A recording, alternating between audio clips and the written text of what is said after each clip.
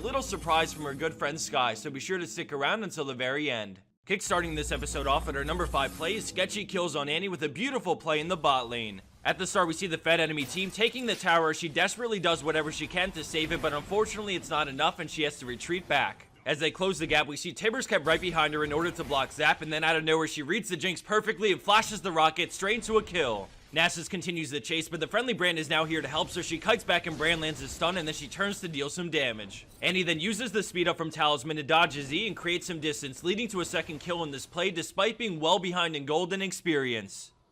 Coming in at our number 4 play is Little Trumpet with a big play on Yasuo. At the start, we see his team is in trouble as blue team dives him under the tower. Vi decides to ult Karma as he gets closer, allowing him to come in and immediately kill Kha'Zix right after. He then chases down Karma for the kill, and now he's stuck in a 1v2, but Sivir is low, so he dashes after her and then runs back to his tower for help. With the tornado ready from his Q, he lines it up and knocks them both up in the air as the tower gets Volibear low enough for the triple. He then utilizes Wind Wall to fizzle the boomerang on its way back, and then he dashes behind the wall, negating a lot of auto attack damage and allowing him to pick up the quad after a great roam to bottom lane.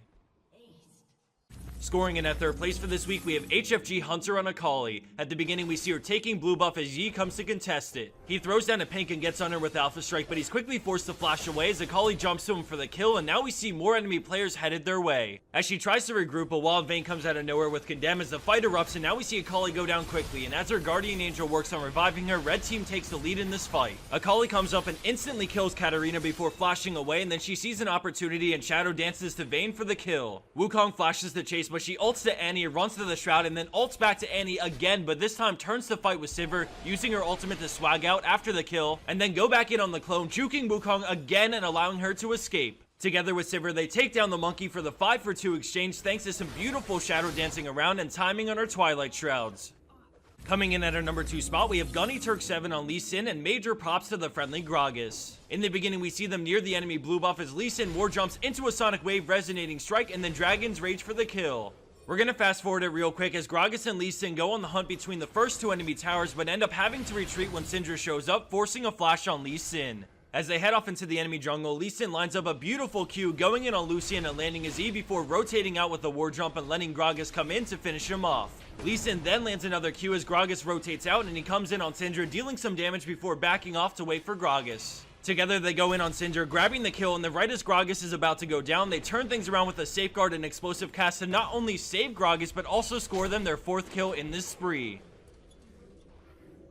And for our number 1 pro play for this week, we have an epic backdoor by Xivy on Caitlyn, and at the start we notice a few things. First off, we look at the gold and see that things are extremely close. Next, we take a look at the map and see that the majority of blue team are pushing down mid lane to end the game with their fresh Baron buffs. Caitlyn was splitting bottom, so they group, but then something amazing happens. Caitlyn sees Lux right before she recalls and decides to go for the 1v1, dodging the binding with a great caliber net and taking the kill right after. She took a huge risk not going back, but it's about to pay off as Ziggs utilizes his insane AoE damage to pick up the kill on the enemy Leona while also stalling their push.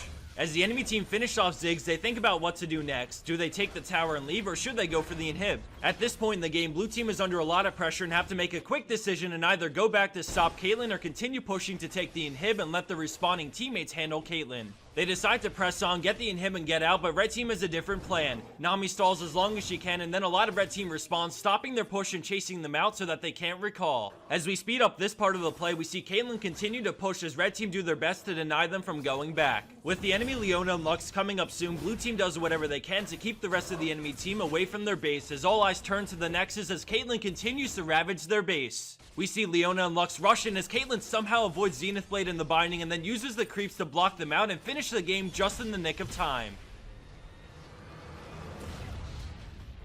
And for the bonus clip of the week, we have shot in on Orianna helping Satan himself. Now, the worst part about playing against a Teemo is you always know when you're gonna die. And when you hit that goddamn shroom, your teammates know it, you know it, and worst of all, he knows it. Right when you hear that sound, you know it's all over for you. Then you die super slowly, and look at him run around like a little bitch. God damn, I hate Teemo.